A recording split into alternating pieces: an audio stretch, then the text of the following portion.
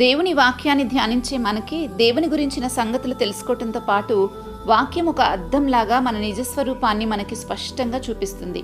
కానీ చాలామంది ఆ అద్దంలో వాళ్ళ నిజస్వరూపం కనపడుతున్నప్పటికీ దాన్ని ఒప్పుకోవడానికి ఇష్టపడరు. ఎవరైతే సత్యాన్ని అంగీకరించే మనసు ఉంటుందో వారు మాత్రమే ఒప్పుకోగలుగుతారు. మరి ఒప్పుకోని వారి విషయంలో 2 పొరపాట్లు స్పష్టంగా కనబడుతున్నాయి. 1, వారు దేవుణ్ణి అబద్ధికుని చేస్తున్నారు. 2, వారి పట్ల ఉన్న దేవుని సంకల్పాన్ని నిరాకరిస్తున్నారు.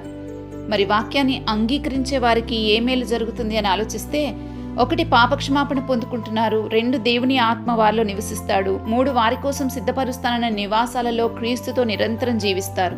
కాబట్టి ఇహమందు పరమందు ఆశీర్వదించబడతారు. క్రీస్తును వెంబడించే వారికి వెంబడించని వారికి మధ్యలో ఉన్న వ్యత్యాసం ఇదే. వెంబడించేవారు దేవుని వెతుక్కుంటూ ఎక్కడికో వెళ్ళనక్కర్లేదు. దేవుడే వచ్చి వారిలో నివసిస్తాడు. క్రైస్తవత్వంలో ఉన్న విశేషం ఇదే. అందుకే ప్రతివారు పాపక్షమాపణ పొందుకోవాలి.